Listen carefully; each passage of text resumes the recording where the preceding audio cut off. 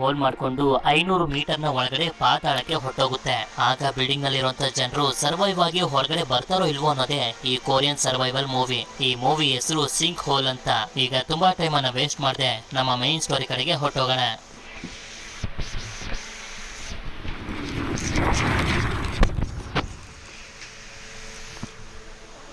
ಈ ಕತೆ ಶುರುವಾದಾಗ ನಮ್ಗೆ ಕೊರಿಯಾ ದೇಶದ ಸಿಯೋಲ್ ಅನ್ನೋ ಒಂದು ಸಿಟಿನ ತೋರಿಸ್ತಾರೆ. ನಂತರ ಇದೇ ಸಿಟಿಯಲ್ಲಿರುವಂತ ಜಾನ್ಸು ಡಾಂಗ್ ಅನ್ನೋ ಒಂದು ಏರಿಯಾಗೆ ಪಾರ್ಕ್ ಅನ್ನೋ ಒಬ್ಬ ವ್ಯಕ್ತಿ ಶಿಫ್ಟ್ ಆಗ್ತಿರ್ತಾನೆ. ಯಾಕೆಂತಂದ್ರೆ ಇವನು ಇದೇ ಏರಿಯಾದಲ್ಲಿ ಇವನ ಸ್ವಂತ ಮನೆನ ತಗೊಂಡಿರ್ತಾನೆ. ಆದ್ರೆ ಒಂದು ಕಾರ್ ಬಿಲ್ಡಿಂಗ್ ನ ಮುಂದೆ ನಿಂತಿರೋದ್ರಿಂದ ಶಿಫ್ಟ್ ಮಾಡೋದಕ್ಕೆ ಆಗ್ತಿರೋದಿಲ್ಲ. ಆಗ ಪಾರ್ಕ್ ಆ ಕಾರ್ನ ಓನರ್ಗೆ ಕಾಲ್ ಮಾಡ್ತಾನೆ. ಆದ್ರೆ ಅವರು ಕಾಲ್ ಅನ್ನ ಪಿಕ್ ಮಾಡ್ತಿರೋದಿಲ್ಲ, ಕಟ್ ಮಾಡ್ತಾ ಇರ್ತಾರೆ. ಅದೇ ಸಮಯಕ್ಕೆ ಒಬ್ಬ ವ್ಯಕ್ತಿ ಅಲ್ಲಿಗೆ ಬರ್ತಾನೆ. ಇವನ ಹೆಸರು ಮನ್ಸು ಅಂತ. ಇವನೇ ಆ ಕಾರ್ನ ಓನರ್. ಮನ್ಸು ಏನೋ ಕಾರ್ನ ಸೈಡ್ಗೆ ಹಾಕ್ತಾನೆ. ಆದ್ರೆ ಇವನ್ ಮಾತಾಡೋದು, ಇವನ ಬಿಹೇವಿಯರ್ ಪಾರ್ಕ್ಗೆ ಇಷ್ಟ ಆಗೋದಿಲ್ಲ. ಯಾಕೆಂತಂದ್ರೆ ಇವನು ಸ್ವಲ್ಪ ರೌಡಿ ತರ ಆಡ್ತಿರ್ತಾನೆ. ಈಗ ಇವ್ರು ಶಿಫ್ಟ್ ಮಾಡ್ತಿರ್ಬೇಕಾದ್ರೆ ನಮ್ಗೆ ತೋರಿಸ್ತಾರೆ ಒಬ್ರು ಲೇಡಿ ಅವರ ಚಿಕ್ಕ ಹುಡುಗ ಮಗನ್ನ ಮನೇಲೆ ಬಿಟ್ಟು ಇವರು ಫುಡ್ ಡೆಲಿವರಿ ಮಾಡೋದಕ್ಕೆ ಅಂತ ಹೋಗ್ತಾರೆ. ಇದೆಲ್ಲ ಆದ್ಮೇಲೆ ನಮ್ಗೆ ತೋರಿಸ್ತಾರೆ ಪಾರ್ಕ್ ನ ಹೆಂಡತಿ ಹೆಸರು ರಿಯೂನ್ ಅಂತ.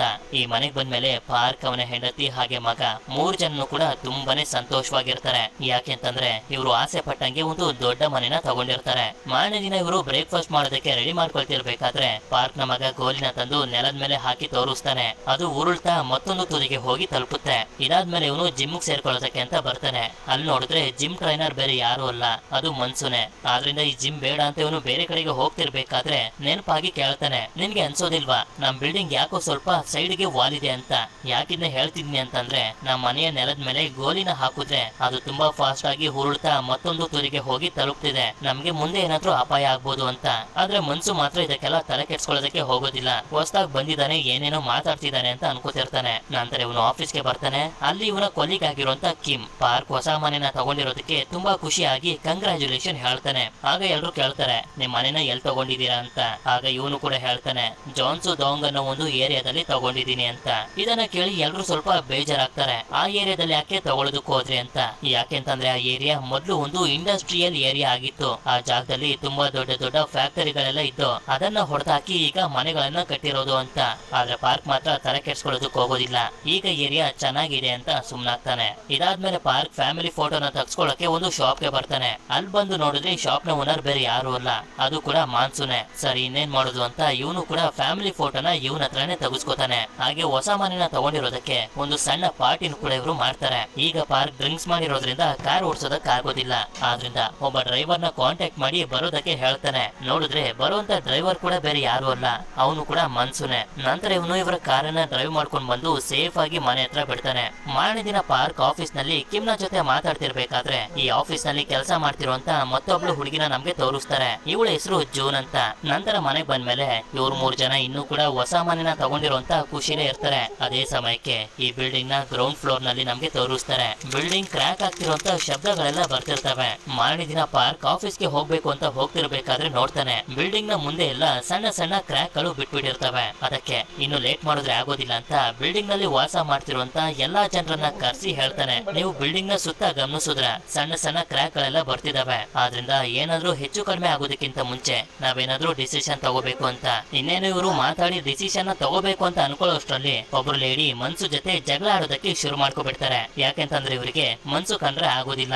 ನಂತರ ಇವನು ಮನೆಗೆ ಬಂದಾಗ್ಲೇ ನಮ್ಗೆ ಗೊತ್ತಾಗೋದು ಇವನಿಗೆ ಸುಂತ್ಕೆ ಅನ್ನೋ ಒಬ್ಬ ಮಗ ಇದ್ದಾನೆ. ಇವನನ್ನ ಓದಿಸೋದಕ್ಕೆ ಮನ್ಸು ತುಂಬಾನೇ ಕಷ್ಟ ಪಡ್ತಿದ್ದಾನೆ ಅಂತ. ಆದ್ರಿಂದ ಇವನು ಜಿಮ್ ನಲ್ಲಿ, ಫೋಟೋ ಸ್ಟುಡಿಯೋದಲ್ಲಿ ಹಾಗೆ ಡ್ರೈವರ್ ಆಗಿ ಕೆಲಸ ಮಾಡ್ತಿರೋದು. ಮಾರನೇ ದಿನನೇ ಪಾರ್ಕ್ ನ ಜೊತೆ ಕೆಲಸ ಮಾಡುವಂತ ಇವನ ಕೊಲೀಗ್ಸ್ ಗಳೆಲ್ಲ ಮನೆಗೆ ಬಂದಿರ್ತಾರೆ. ಯಾಕೆಂತಂದ್ರೆ ಇವನು ಹೊಸ ಮನೆನ ತಗೊಂಡಿದ್ದಾನಲ್ಲ, ಅದಕ್ಕೆ ಪಾರ್ಟಿ ಮಾಡೋದಕ್ಕೆ ಅಂತ. ಆಗ ಇವರಿಗೆ ಮನ್ಸುಯಿಂದ ಗೊತ್ತಾಗುತ್ತೆ ಈ ಬಿಲ್ಡಿಂಗ್ ನ ಸುತ್ತ ಸಣ್ಣ ಸಣ್ಣ ಕ್ರ್ಯಾಕ್ ಗಳು ಬಿಡ್ತಿದಾವೆ ಅಂತ. ಸರಿ ಆಯ್ತು ಅಂತ ಹೇಳಿ ಪಾರ್ಕ್ ಇವರೆಲ್ಲಾರು ಮನೆ ಒಳಗಡೆ ಕರ್ಕೊಂಡ್ ಬರ್ತಾನೆ. ಎಲ್ಲರೂ ಮನೆನ ನೋಡಿ ತುಂಬಾನೇ ಸಂತೋಷ ಪಡ್ತಾರೆ. ಯಾಕೆಂತಂದ್ರೆ ಮನೆ ನಿಜವಾಗ್ಲೂ ಚೆನ್ನಾಗಿರುತ್ತೆ. ಪಾರ್ಟಿನ ಮಾಡ್ತಾ ಮಾಡ್ತಾ ಇವರೆಲ್ಲರೂ ಚೆನ್ನಾಗಿ ಕುಡಿದ್ ಬಿಡ್ತಾರೆ. ಇಷ್ಟೊಂದು ಡ್ರಿಂಕ್ಸ್ ಮಾಡಿರೋದ್ರಿಂದ ಇವ್ರ ಕೈಲಿ ಈಗ ಡ್ರೈವ್ ಮಾಡೋದಕ್ಕೂ ಆಗೋದಿಲ್ಲ. ಆದ್ರಿಂದ ಪಾರ್ಕ್ ಮನ್ಸುಗೆ ಕಾಲ್ ಮಾಡಿ ಡ್ರೈವರ್ ಬೇಕು ಅಂತ ಕರೀತಾನೆ. ಆಗ ಸರಿ ಅಂತ ತಕ್ಷಣನೇ ಮನ್ಸು ಕೂಡ ಮನೆಗೆ ಬರ್ತಾನೆ. ಅದಕ್ಕೆ ಇವನಿಗೆ ಊಟನ ಕೊಡ್ತಿರ್ಬೇಕಾದ್ರೆ ಕಿಮ್ಗೆ ಗೊತ್ತಾಗುತ್ತೆ ಇವನು ಇಷ್ಟಪಡ್ತಿರುವಂತ ಹುಡುಗಿನ ಇವ್ರ ಜೊತೆನೆ ಬಂದಿರುವಂತ ಮತ್ತೊಬ್ಬ ಹುಡುಗ ಇಷ್ಟಪಡ್ತಿದ್ದಾನೆ. ಹಾಗೆ ಆ ಹುಡುಗನ್ನ ಆ ಹುಡುಗಿ ಕೂಡ ಇಷ್ಟಪಡ್ತಿದ್ದಾಳೆ ಅಂತ. ಈ ವಿಷಯ ಗೊತ್ತಾಗ್ತಿದ್ದಂಗೆನೆ ಆ ಹುಡುಗ ಹಾಗೆ ಹುಡುಗಿ ಅಲ್ಲಿಂದ ಹೊರಟೋಗ್ತಾರೆ. ಇದರಿಂದ ಕಿಮ್ಗಂತೂ ತುಂಬಾನೇ ಬೇಜಾರಾಗೋಗುತ್ತೆ. ಸರಿ ಇನ್ನೇನು ಮಾಡೋದಕ್ಕೆ ಆಗೋದಿಲ್ಲ ಅಂತ ಮನ್ಸು ಕಿಮ್ ಹಾಗೆ ಜೂನ್ ನ ಮನೆಗ್ ಬಿಟ್ಬಿಟ್ಟು ಬರ್ತೀನಿ, ಅದಕ್ಕೆ ಅದಕ್ಕೆ ಟ್ಯಾಕ್ಸಿ ಚಾರ್ಜ್ ಎಲ್ಲ ಸೇರಿ 7 ರಿಂದ 8 ಸಾವಿರ ಆಗುತ್ತೆ ಅಂತ ಹೇಳ್ತಿದ್ದಂಗೆನೆ ಪಾರ್ಕ್ ಅದಕ್ಕೆ ಒಪ್ಕೊಳ್ಳೋದಿಲ್ಲ. ಇವರಿಬ್ರು ಇವತ್ತು ಮನೇಲೆ ಮಲ್ಕೋತಾರೆ ಅಂತ ಹೇಳ್ತಾನೆ. ಅದಕ್ಕೆ ಆಯ್ತು ಅಂತ ಹೇಳಿ ಮನ್ಸು ಕೂಡ ಅಲ್ಲಿಂದ ಹೊಟ್ಟೋಗ್ತಾನೆ. ಇದಾದ್ಮೇಲೆ ನಾಳೆ ಬೆಳಿಗ್ಗೆ ನಮ್ಗೆ ತೋರಿಸ್ತಾರೆ ಪಾರ್ಕ್ ನ ಹೆಂಡತಿ ಆಗಿರುವಂತ ರೋಹಿನ್ ಹಾಗೆ ಅವನ ಮಗ ಇಬ್ರು ಕೂಡ ಮಾರ್ಕೆಟ್ಗೆ ಹೋಗಿ ಸಾಮಾನ್ ತಗೊಂಡು ಮನೆಗೆ ಬರ್ತಿರ್ಬೇಕಾದ್ರೆ ಈ ಸಾಮಾನ್ಗಳನ್ನ ತಗೊಂಡು ಹೋಗೋದಕ್ಕೆ ನಾನು ಟ್ರಾಲಿನ ತಗೊಂಡ್ ಬರ್ತೀನಿ ಅಂತ ಇವಳ ಮಗ ಮನೆ ಕಡೆಗೆ ಹೋಗ್ತಾನೆ. ಈ ಕಡೆ ಕಿಮ್ ಪಾರ್ಕ್ ನ ಮನೆಯಿಂದಾನೆ ಡೈರೆಕ್ಟ್ ಆಗಿ ಆಫೀಸ್ಗೆ ಹೋಗೋದಕ್ಕೆ ಒಂದು ಟ್ಯಾಕ್ಸಿನ ಕರ್ಸಿರ್ತಾನೆ. ಆದ್ರೆ ಇವನು ಬ್ಯಾಗ್ ನ ಮರ್ಸ್ಕೊಂಡ್ ಬಂದಿರೋದ್ರಿಂದ ಇವನ ಬ್ಯಾಗ್ ನ ತಗೊಂಡ್ ಬರೋದಕ್ಕೆ ಮತ್ತೆ ಪಾರ್ಕ್ ನ ಮನೆಯ ಒಳಗಡೆ ಬರ್ತಾನೆ. ಈ ಕಡೆ ಟ್ರಾಲಿ ತಗೊಂಡು ಹೋಗ್ತಿರುವಂತ ಪಾರ್ಕ್ ನ ಮಗನ ಮನ್ಸು ಮಾತಾಡಿ ಕಳಿಸ್ತಾನೆ. ಸರಿ ಅಂತ ಇವನು ಕೂಡ ಪಾರ್ಕಿಂಗ್ ಲಾಟ್ ಇಂದ ಹೊರಗಡೆ ಹೋಗ್ತಿರ್ತಾನೆ. ನಂತರ ಮನ್ಸು ಟೆರೆಸ್ ಗೆ ಬಂದು ಪಕ್ಕದಲ್ಲಿರುವಂತ ಬಿಲ್ಡಿಂಗ್ ನವ್ರನ್ನ ಕೇಳ್ತಿರ್ತಾನೆ, ನಿಮ್ ಬಿಲ್ಡಿಂಗ್ ನಲ್ಲಿ ನೀರ್ ಬರ್ತಿದ್ಯಾ ಅಂತ. ಅದೇ ಸಮಯಕ್ಕೆ ಬಿಲ್ಡಿಂಗ್ ತುಂಬಾ ಭಯಂಕರವಾಗಿ ಅಲುಗಾಡೋದಕ್ಕೆ ಶುರುವಾಗುತ್ತೆ. ಪಾರ್ಕ್ಗಂತೂ ಏನ್ ನಡೀತಿದೆ ಅಂತಾನೆ ಅರ್ಥ ಆಗ್ತಿರೋದಿಲ್ಲ. ಆಗ ಮನ್ಸು ನೋಡ್ತಾನೆ ಇಡೀ ಬಿಲ್ಡಿಂಗ್ ಗೆ ಕುಸ್ತು ಭೂಮಿ ಒಳಗಡೆ ಹೋಗ್ತಿರುತ್ತೆ. ಆದ್ರಿಂದ ಪಕ್ಕದ ಬಿಲ್ಡಿಂಗ್ ನವರಿಗೆ ಹೇಳ್ತಿರ್ತಾನೆ 119 ಗೆ ಕಾಲ್ ಮಾಡಿ ಅಂತ. ನಂತರ ನಮ್ಗೆ ತೋರಿಸ್ತಾರೆ ಬಿಲ್ಡಿಂಗ್ ಕುಸ್ತಂತ ಜಾಗದಲ್ಲಿ ಟ್ಯಾಕ್ಸಿಲಿದ್ದಂತ ಕಿಮ್ ಕೂಡ ಸಿಗಾಕೊಂಡಿದ್ದಾನೆ ಅಂತ. ಆದ್ರೆ ಟ್ಯಾಕ್ಸಿಲಿ ಡ್ರೈವರ್ ಇರೋದಿಲ್ಲ. ಕುಸಿಯೋದಕ್ಕಿಂತ ಮುಂಚೆನೆ ಅವನು ಹೊರಗಡೆ ಹೊರಟೋಗಿರ್ತಾನೆ. ನಂತರ ಈ ಟ್ಯಾಕ್ಸಿ ಕೆಳಗಡೆ ಬರ್ತಾ ಬರ್ತಾ ಕುಸ್ತಿರುವಂತ ಬಿಲ್ಡಿಂಗ್ ನ ಟೆರೆಸ್ ಮೇಲೆ ಬರುತ್ತೆ. ಆಗ ನಮ್ಗೆ ಗೊತ್ತಾಗುತ್ತೆ ಮನ್ಸು ಇನ್ನೂ ಸೇಫ್ ಆಗಿದ್ದಾನೆ ಅಂತ. ಈ ಕಾರ್ ಇನ್ನೂ ಕೂಡ ಕೆಳಗಡೆ ಬಂದಿದ್ರಿಂದ ಸೀದಾ ಪಾರ್ಕ್ ನ ಮನೆಯ ಒಳಗಡೆ ಬಂದ್ಬಿಡುತ್ತೆ. ಆಗ ಪಾರ್ಕ್ ಕಿಮ್ ನ ನೋಡಿ ಟ್ಯಾಕ್ಸಿ ಒಳಗಡೆ ಇದ್ದಂತ ಅವನನ್ನ ಹೊರಗಡೆ ಕರ್ಕೊಂಡು ಬಂದು ಕಾಪಾಡ್ತಾನೆ. ಅಷ್ಟೇ ಅಲ್ಲ ಜೂನ್ ಕೂಡ ಇನ್ನೂ ಪಾರ್ಕ್ ನ ಮನೇಲೆ ಇರ್ತಾಳೆ. ನಂತರ ರೆಸ್ಕ್ಯೂ ಟೀಮ್ ನವರು ಬಂದು ಈ ಸಿಂಕ್ ಹೋಲ್ ಅನ್ನ ನೋಡ್ತಿರ್ತಾರೆ. ಆದ್ರೆ ಅದೇ ಸಮಯಕ್ಕೆ ಎಲೆಕ್ಟ್ರಿಸಿಟಿಗಳೆಲ್ಲ ಶಾಕ್ ಸರ್ಕ್ಯೂಟ್ ಆಗಿ ಬ್ಲಾಸ್ಟ್ ಆಗೋದಕ್ಕೆ ಶುರು ಆಗ್ತವೆ. ಈ ಕಡೆ ಮನ್ಸು ಮನೆಯ ಟೆರೆಸ್ ಮೇಲೆ ಇನ್ನೂ ಕೂಡ ಇವನ ಜೀವನ ಕಾಪಾಡ್ಕೊಂಡಿರ್ತಾನೆ. ಮೇಲೆ ನೋಡಿದ್ರೆ ಇವರ ಮನೆ ಭೂಮಿಯಿಂದ ತುಂಬಾ ಕೆಳಗಡೆ ಬಂದ್ಬಿಟ್ಟಿರುತ್ತೆ. ಅದೇ ಸಮಯಕ್ಕೆ ಇವನು ಮೇಲೆ ತೊಳೋದಕ್ಕೆ ನೋಡ್ತಿರ್ಬೇಕಾದ್ರೆ ಸ್ಲಿಪ್ ಆಗಿ ಕೆಳಗಡೆ ಪಾರ್ಕ್ ನ ಮನೆಗೆ ಬಂದು ಬೀಳ್ತಾನೆ. ಪಾರ್ಕ್ ಅವನ ಮಗನ ಹುಡುಕಾಡ್ತಿರ್ಬೇಕಾದ್ರೆ ಮನ್ಸು ಇವರಿಗೆ ಹೇಳ್ತಾನೆ, ನಿನ್ ಮಗನ ನಾನು ಟ್ರಾಲಿ ಎತ್ಕೊಂಡು ಹೊರಗಡೆ ಹೋಗ್ತಿರೋದನ್ನ ನೋಡ್ದೆ ಅಂತ. ಇದನ್ನ ಕೇಳಿ ಎಲ್ರಿಗೂ ಅನ್ಸುತ್ತೆ ಪಾರ್ಕ್ ನ ಮಗ ಬಿಲ್ಡಿಂಗ್ ಇಂದ ಹೊರಗಡೆ ಇದ್ದ, ಅವನು ಸೇಫ್ ಆಗಿದ್ದಾನೆ ಅಂತ. ಅದೇ ಸಮಯಕ್ಕೆ ಮನ್ಸುಗೂ ಕೂಡ ಅವನ ಮಗ ಆಗಿರುವಂತ ಸುಂದ್ಕೆ ನೆನಪಾಗ್ತಾನೆ. ಆದ್ರಿಂದ ಇವನ ಮನೆಗ್ ಬಂದು ಸುಂದ್ಕೆನ ಎಲ್ಲಾ ಕಡೆ ಹುಡ್ಕಾಡ್ತಾರೆ. ಆದ್ರೆ ಅವನು ಎಲ್ಲೂ ಸಿಗೋದಿಲ್ಲ. ನಂತರ ಮನ್ಸು ಅವನ ಮಗನ ಶೂ ಇದೆಯಾ ಅಂತ ನೋಡ್ತಾನೆ, ಅದು ಇರೋದಿಲ್ಲ. ಆಗ ಇವರೆಲ್ಲರೂ ಅನ್ಕೋತಾರೆ ಶೂ ಇಲ್ಲ ಅಂತ ಅಂದ್ಮೇಲೆ ಅವನು ಹೊರಗಡೆ ಹೋಗಿರ್ಬೇಕು, ಅವನು ಕೂಡ ಸೇಫ್ ಆಗಿದ್ದಾನೆ ಅಂತ. ಆಕ್ಚುಲಿ ಒಂದು ಸಿಂಕ್ ಹೋಲ್ ಕ್ರಿಯೇಟ್ ಆಗಿ ಇವರೆಲ್ಲರೂ ಬಿಲ್ಡಿಂಗ್ ನ ಸಮೇತ ಭೂಮಿಯಿಂದ 500 ಮೀಟರ್ ಕೆಳಗಡೆ ಬಂದ್ಬಿಟ್ಟಿರ್ತಾರೆ. ಸಿಂಕ್ ಹೋಲ್ ಅಂತಂದ್ರೆ ಬೇರೆ ಏನು ಅಲ್ಲ, ಭೂಮಿ ಒಳಗಡೆ ಜಾಸ್ತಿ ನೀರು ಹರಿತಿದ್ರೆ ಆ ನೀರಿಂದ ಒಂದು ಹೋಲ್ ಕ್ರಿಯೇಟ್ ಆಗುತ್ತೆ, ಅದನ್ನೇ ಸಿಂಕ್ ಹೋಲ್ ಅಂತ ಅನ್ನೋದು. ಈ ಕಡೆ ರೆಸ್ಕ್ಯೂ ಟೀಮ್ ನವರು ಸಿಂಕ್ ಹೋಲ್ ನ ಒಳಗಡೆ ಬಂದು ಬದುಕಿರುವಂತ ಜನರನ್ನ ಕಾಪಾಡೋದಕ್ಕೆ ಅಂತ ಹೋಗ್ತಿರ್ತಾರೆ. ಆದ್ರೆ ಅದೇ ಸಮಯಕ್ಕೆ ಭೂಮಿ ಇನ್ನೂ ಕೂಡ ಕುಸಿಯೋದಕ್ಕೆ ಶುರು ಆಗೋಗುತ್ತೆ. ಆದ್ರಿಂದ ಇವರು ಮತ್ತೆ ಮೇಲ್ ಬಂದ್ಬಿಡ್ತಾರೆ. ಈ ಕಡೆ ಇವರೆಲ್ಲರೂ ಬಿಲ್ಡಿಂಗ್ ನ ಟೆರೆಸ್ ನ ಮೇಲೆ ಬರ್ತಾರೆ ಕಾಲ್ ಮಾಡೋದಕ್ಕೆ ಅಂತ. ಆದ್ರೆ ಯಾರಿಗೂ ಸಿಗ್ನಲ್ ಸಿಗ್ತಿರೋದಿಲ್ಲ. ಆಕ್ಚುಲಿ ಇವ್ರು ಯಾರಿಗೂ ಇನ್ನೂ ಕೂಡ ಗೊತ್ತಿರೋದಿಲ್ಲ ರೆಸ್ಕ್ಯೂ ಟೀಮ್ ನವರು ಇವರನ್ನ ಕಾಪಾಡೋದಕ್ಕೆ ಬಂದಿದ್ದಾರೆ ಅಂತ. ಆಗ ಮನ್ಸು ಕಿಮ್ ಹಾಗೆ ಜೂನ್ಗೆ ಹೇಳ್ತಿರ್ತಾನೆ, ನೆನ್ನೆ ರಾತ್ರಿನೇ ನಾನು ನಿಮ್ಮನ್ನ ಮನೆಗೆ ಕರ್ಕೊಂಡೋಗಿ ಬಿಡ್ತೀನಿ ಅಂತ ಹೇಳ್ದೆ, ಅವಾಗ್ಲೇ ಬಂದಿದ್ರೆ ಈ ರೀತಿ ಎಲ್ಲ ಆಗ್ತಾನೆ ಇರ್ಲಿಲ್ಲ ಅಂತ. ಈಗ ಇವರು ಬೇಜಾರ್ ಮಾಡ್ಕೋತಿರ್ಬೇಕಾದ್ರೆ ಅದೇ ಸಮಯಕ್ಕೆ ಯಾರೋ ಕಾಪಾಡಿ ಅನ್ನೋ ಶಬ್ದ ಕೇಳಿಸುತ್ತೆ. ಆದ್ರಿಂದ ಮನ್ಸು ಅಲ್ಲೇ ಇದ್ದಂತ ಒಂದು ಡೋರ್ ಅನ್ನ ಓಪನ್ ಮಾಡಿದಾಗ್ಲೇ ನಮ್ಗೆ ಗೊತ್ತಾಗೋದು ಇವನು ಬೇರೆ ಯಾರು ಅಲ್ಲ ಮನ್ಸು ಮಗ ಸುಂದ್ಕೆ ಅಂತ. ಮನ್ಸುಗಂತೂ ತುಂಬಾನೇ ಬೇಜಾರಾಗ್ತಿರುತ್ತೆ, ಇವತ್ತು ಯಾಕೆ ನೀನ್ ಮನೇಲಿದ್ದೆ ಹೊರಗಡೆ ಹೋಗಿಲ್ಲ ಅಂತ. ಆಗ ಸುಂದ್ಕೆಗೂ ಕೂಡ ಇಲ್ಲಿ ನಡೀತಿರುವಂತ ಎಲ್ಲಾ ವಿಷಯನೂ ಗೊತ್ತಾಗುತ್ತೆ. ಆದ್ರಿಂದ ಇವರೆಲ್ಲರಿಗೂ ಹೇಳ್ತಾನೆ ರೆಸ್ಕ್ಯೂ ಟೀಮ್ ಅವರು ನಮ್ಮನ್ನ ಕಾಪಾಡೋದಕ್ಕೆ ಬರೋವರೆಗೂ ನಾವು ಊಟ ಮೆಡಿಸನ್ ಎಲ್ಲ ತೆಗೆದಿಟ್ಕೋಬೇಕು ಅಂತ. ಮೇಲ್ಗಡೆ ರೆಸ್ಕ್ಯೂ ಟೀಮ್ ನವರು ಜನರಿಗೆ ಹೇಳ್ತಿರ್ತಾರೆ, ನಾವೀಗ ಸಿಂಕ್ ಹೋಲ್ ಒಳಗಡೆ ಹೋಗೋದು ಸರಿಯಲ್ಲ, ಬದುಕಿರುವಂತ ಜನರನ್ನ ಕಾಪಾಡೋದಕ್ಕೆ ನಾವೇನಾದ್ರೂ ಬೇರೆ ವ್ಯವಸ್ಥೆ ಮಾಡ್ತೀವಿ ಅಂತ. ಪಾರ್ಕ್ ಕಿಮ್ ಹಾಗೆ ಜೂನ್ಗೆ ಸಾರಿ ಕೇಳ್ತಿರ್ತಾನೆ, ನನ್ನಿಂದಾನೇ ನೀವ್ ಇಲ್ಲಿರೋ ಹಾಗೆ ಆಗಿತ್ತು, ನನ್ನ ಕ್ಷಮಿಸ್ಬಿಡಿ ಅಂತ. ಹಾಗೆ ಸಿಂಕ್ ಹೋಲ್ ನಲ್ಲಿ ಬಿಲ್ಡಿಂಗ್ ನ ಮೇಲೆ ನಿರಂತರವಾಗಿ ಕಲ್ಲುಗಳು ಬೀಳ್ತಾನೆ ಇರ್ತವೆ. ಈ ಕಡೆ ನಮ್ಗೆ ಮೇಲೆ ರುಯಿನ್ ನ ತೋರಿಸ್ತಾರೆ. ಒಬ್ರು ಲೇಡಿ ಅವರ ಮಗನ್ನ ಮನೇಲೆ ಬಿಟ್ಟು ಫುಡ್ ಡೆಲಿವರಿ ಮಾಡೋದಕ್ಕೆ ಹೋಗ್ತಿದ್ರಲ್ಲ ಅವ್ರ ಜೊತೆನೆ ಇರ್ತಾಳೆ. ಹಾಗೆ ಇವರು ಕೂಡ ಸುಂದ್ಕೆ ಹೇಳಿರೋ ರೀತಿನೇ ಫುಡ್ ಹಾಗೆ ಮೆಡಿಸನ್ ಗಳನ್ನೆಲ್ಲ ಒಂದು ಕಡೆ ಎತ್ತಿಟ್ಕೋತಿರ್ತಾರೆ. ನಂತರ ನಮ್ಗೆ ತೋರಿಸ್ತಾರೆ ಈ ಬಿಲ್ಡಿಂಗ್ ಸಿಂಕ್ ಹೋಲ್ ನ ಒಳಗಡೆ ಬಿದ್ದಿರೋದು ನ್ಯೂಸ್ ನಲ್ಲೆಲ್ಲ ತುಂಬಾನೇ ವೈರಲ್ ಆಗ್ಬಿಟ್ಟಿರುತ್ತೆ. ಇದಾದ್ಮೇಲೆ ನೋಟಿಸ್ ಮಾಡಿದಾಗ ನಮ್ಗೆ ಗೊತ್ತಾಗುತ್ತೆ ರುಯಿನ್ ಜೊತೆ ಇವಳ ಮಗ ಇಲ್ಲ ಅಂತ. ಈ ಕಡೆ ಸಿಂಕ್ ಹೋಲ್ ನ ಒಳಗಡೆ ಮನ್ಸು ಎಲ್ಲರಿಗೋಸ್ಕರ ತಿನ್ನೋದಕ್ಕೆ ಅಂತ ಚಿಕನ್ ಅನ್ನ ರೆಡಿ ಮಾಡಿರ್ತಾನೆ. ಈಗ ಇವರೆಲ್ಲರೂ ತಿಂತ ಒಂದು ಕಡೆ ಕುತ್ಕೊಂಡು ಮಾತಾಡ್ತಿರ್ತಾರೆ. ಈ ಬಿಲ್ಡಿಂಗ್ ತುಂಬಾನೇ ಚೆನ್ನಾಗಿದೆ ಅಂತ ನಾವು ಅನ್ಕೋತಿದ್ವಿ, ಆದ್ರೆ ಇದ್ದಕ್ಕಿದ್ದಂಗೆನೆ ಈ ರೀತಿ ಆಗೋಯ್ತಲ್ಲ ಅಂತ. ಅದೇ ಸಮಯಕ್ಕೆ ಮೇಲಿಂದ ರೆಸ್ಕ್ಯೂ ಟೀಮ್ ನವರು ಒಂದು ಡ್ರೋನ್ ಅನ್ನ ಸಿಂಕ್ ಹೋಲ್ ನ ಒಳಗಡೆ ಕಳಿಸ್ತಾರೆ. ಆದ್ರೆ ಇದು ಸ್ವಲ್ಪ ಕೆಳಗಡೆ ಬರ್ತಿದ್ದಂಗೆನೆ ಸಿಗ್ನಲ್ ಸಿಗದೆ ಅಲ್ಲಿಂದ ಸೀದಾ ಬಿಲ್ಡಿಂಗ್ ನ ಟೆರೆಸ್ ನ ಮೇಲೆ ಬಂದು ಬೀಳುತ್ತೆ. ಇದನ್ನ ನೋಡಿ ಸುಂದ್ಕೆ ಎಲ್ಲರನ್ನೂ ಕರೀತಾನೆ. ಹಾಗೆ ಇವರೆಲ್ಲರಿಗೂ ಗೊತ್ತಾಗುತ್ತೆ ಇವರನ್ನ ಕಾಪಾಡೋದಕ್ಕೆ ರೆಸ್ಕ್ಯೂ ಟೀಮ್ ಈಗಾಗಲೇ ಬಂದು ತಲುಪಿದೆ ಅಂತ. ಹಾಗೆ ಇದು ಸಿಗ್ನಲ್ ಸಿಗದೆ ಇಲ್ಲಿಗೆ ಬಂದು ಬಿದ್ದಿದೆ ಅಂತಾನು ಕೂಡ ಇವರಿಗೆ ಗೊತ್ತಾಗುತ್ತೆ. ಅದೇ ಸಮಯಕ್ಕೆ ಬಿಲ್ಡಿಂಗ್ ಮತ್ತೊಂದ್ಸಲ ಕುಸಿತ ತುಂಬಾನೇ ಕೆಳಗಡೆ ಹೋಗ್ತಿರುತ್ತೆ. ಇದರಿಂದ ಕಿಮ್ ಕೂಡ ಇನ್ನೇನು ಕೆಳಗಡೆ ಬಿದ್ದು ಸಾಯೋದ್ರಲ್ಲಿ ಇರ್ತಾನೆ. ಆದ್ರಿಂದ ಜೂನ್ ಇವಳ ಪ್ರಾಣನ ಪಣಕ್ಕಿಟ್ಟು ಅಲ್ಲಿಂದ ಮುಂದೆ ಬಂದು ಒಂದು ಕೇಬಲ್ ವೈರ್ ಅನ್ನ ಕಿಮ್ಗೆ ಕೊಡ್ತಾಳೆ. ಅದನ್ನ ಇವನು ಹಿಡ್ಕೋತಿದ್ದಂಗೆನೆ ಎಳೆಯೋದಕ್ಕೆ ಶುರು ಮಾಡ್ತಾಳೆ. ಆದ್ರೆ ಎಷ್ಟೇ ಎಳಿತಿದ್ರು ಕೂಡ ಇವನು ಮೇಲೆ ಬರ್ತಿರೋದಿಲ್ಲ. ಆಗ ಮನ್ಸು ಆ ಕೇಬಲ್ ಅನ್ನ ಎಳೆಯೋದಕ್ಕೆ ಶುರು ಮಾಡಿದಾಗ ಕಿಮ್ ಮೇಲೆ ಹೋಗ್ತಿರ್ತಾನೆ.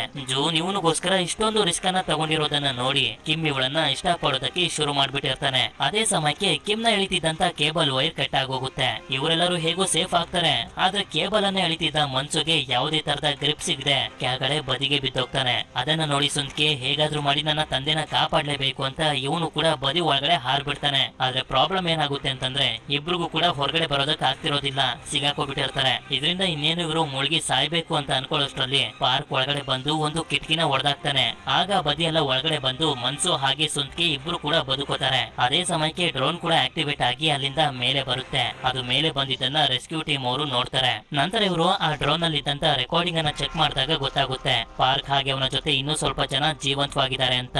ಆಗ ರುಯಿನ್ ರೆಸ್ಕ್ಯೂ ಟೀಮ್ ಅವ್ರಿಗೆ ಹೇಳ್ತಾಳೆ, ನನ್ನ ಮಗ ಟ್ರಾಲಿನ ತಗೊಂಡ್ ಬರ್ತೀನಿ ಅಂತ ಬಿಲ್ಡಿಂಗ್ ನ ಒಳಗಡೆ ಹೋದ, ವಾಪಸ್ ಬಂದಿಲ್ಲ. ಅವನು ಸ್ವಲ್ಪ ಹುಡ್ಕೊಡಿ, ಬೇಕಾದ್ರೆ ನನ್ನ ಫೋನ್ ಅವನ್ ತವೇ ಇತ್ತು, ಆ ಫೋನ್ ನ ನೀವು ಟ್ರ್ಯಾಕ್ ಮಾಡ್ಬೋದು ಅಂತ. ಇದಾದ್ಮೇಲೆ ರುಯಿನ್ ಆ ಡೆಲಿವರಿ ಲೇಡಿ ಹತ್ರನೇ ಕುಂತಿರ್ತಾಳೆ. ಈ ಲೇಡಿ ಅಂತೂ ತುಂಬಾನೇ ಅಳ್ತಿರ್ತಾರೆ. ಯಾಕೆಂತಂದ್ರೆ ಡ್ರೋನ್ ನಲ್ಲಿ ಇದ್ದಂತ ವಿಡಿಯೋದಲ್ಲಿ ಇವರ ಮಗ ಎಲ್ಲೂ ಕೂಡ ಕಾಣಿಸಿರೋದಿಲ್ಲ. ಆದ್ರಿಂದ ರುಯಿನ್ ಆ ಲೇಡಿಗೆ ಸಮಾಧಾನ ಮಾಡ್ತಿರ್ಬೇಕಾದ್ರೆ ಅದೇ ಸಮಯಕ್ಕೆ ರೆಸ್ಕ್ಯೂ ಟೀಮ್ ನ ಆಫೀಸರ್ ಬಂದು ಹೇಳ್ತಾರೆ, ನಿಮ್ ಫೋನ್ ನಾವು ಟ್ರ್ಯಾಕ್ ಮಾಡಿದ್ವಿ, ಅದು ಬಿಲ್ಡಿಂಗ್ ನ ಒಳಗಡೆನೆ ಇದೆ ಅಂತ ತೋರಿಸ್ತಿದೆ ಅಂತ. ಅಂದ್ರೆ ರುಯಿನ್ ಹಾಗೆ ಪಾರ್ಕ್ ನ ಮಗ ಇನ್ನೂ ಕೂಡ ಬಿಲ್ಡಿಂಗ್ ನ ಒಳಗಡೆನೆ ಇದ್ದಾನೆ ಅಂತ. ಆದ್ರೆ ಇದು ಪಾರ್ಕ್ಗೆ ಗೊತ್ತಿರೋದಿಲ್ಲ, ಇವನ ಮಗ ಹೊರಗಡೆ ಸೇಫ್ ಆಗಿದ್ದಾನೆ ಅಂತ ಅನ್ಕೊಂಡಿರ್ತಾನೆ. ಮನ್ಸು ಇವನ ಪ್ರಾಣನ ಹಾಗೆ ಇವನ ಮಗನ ಪ್ರಾಣನ ಕಾಪಾಡಿರೋದಕ್ಕೆ ಪಾರ್ಕ್ಗೆ ಥ್ಯಾಂಕ್ಸ್ ಅಂತ ಹೇಳ್ತಿರ್ತಾನೆ. ಅದೇ ಸಮಯಕ್ಕೆ ಈ ಕಡೆ ಕಿಮ್ ಜೂನ್ ಹತ್ರ ಬಂದು ನನ್ಗೋಸ್ಕರ ಇಷ್ಟೊಂದೆಲ್ಲ ರಿಸ್ಕ್ ಅನ್ನ ತಗೊಂಡಿದ್ಯಾ, ಥ್ಯಾಂಕ್ಸ್ ಅಂತ ಹೇಳ್ತಾನೆ. ಆಗ ಜೂನ್ ಒಂದೇ ಒಂದು ರಿಕ್ವೆಸ್ಟ್ ಮಾಡ್ತಾಳೆ, ಆಫೀಸ್ ಇಂದ ಪ್ರತಿ ಹಾಲಿಡೇಲೂ ಎಂಪ್ಲಾಯೀಸ್ ಗಳಿಗೆ ಒಂದೊಂದು ಗಿಫ್ಟ್ ಅನ್ನ ಕಳಿಸ್ತಾರಲ್ಲ, ನನ್ಗೂ ಕೂಡ ಗಿಫ್ಟ್ ಅನ್ನ ಕಳ್ಸೋದಕ್ಕೆ ಹೇಳಿ. ನನ್ನ ತಂದೆ ತಾಯಿಗೆ ನಾನು ಒಂದ್ಸಲೂ ಗಿಫ್ಟ್ ಕೊಟ್ಟಿಲ್ಲ, ಅವ್ರಿಗೆ ಕೊಡ್ಬೇಕು ಅಂತ. ಅದಕ್ಕೆ ಇವನು ಕೂಡ ಸರಿ ಅಂತ ಒಪ್ಕೋತಾನೆ. ಇದಾದ್ಮೇಲೆ ಇವರಿಬ್ರು ಒಂದು ಸೆಲ್ಫಿನೂ ಕೂಡ ತಗೋತಾರೆ. ಡ್ರೋನ್ ಫುಟೇಜ್ ಇಂದ ರೆಸ್ಕ್ಯೂ ಟೀಮ್ ಅವ್ರಿಗೆ ಗೊತ್ತಾಗಿತ್ತಲ್ಲ ಬಿಲ್ಡಿಂಗ್ ನ ಒಳಗಡೆ ಜನಗಳು ಬದುಕಿದ್ದಾರೆ ಅಂತ.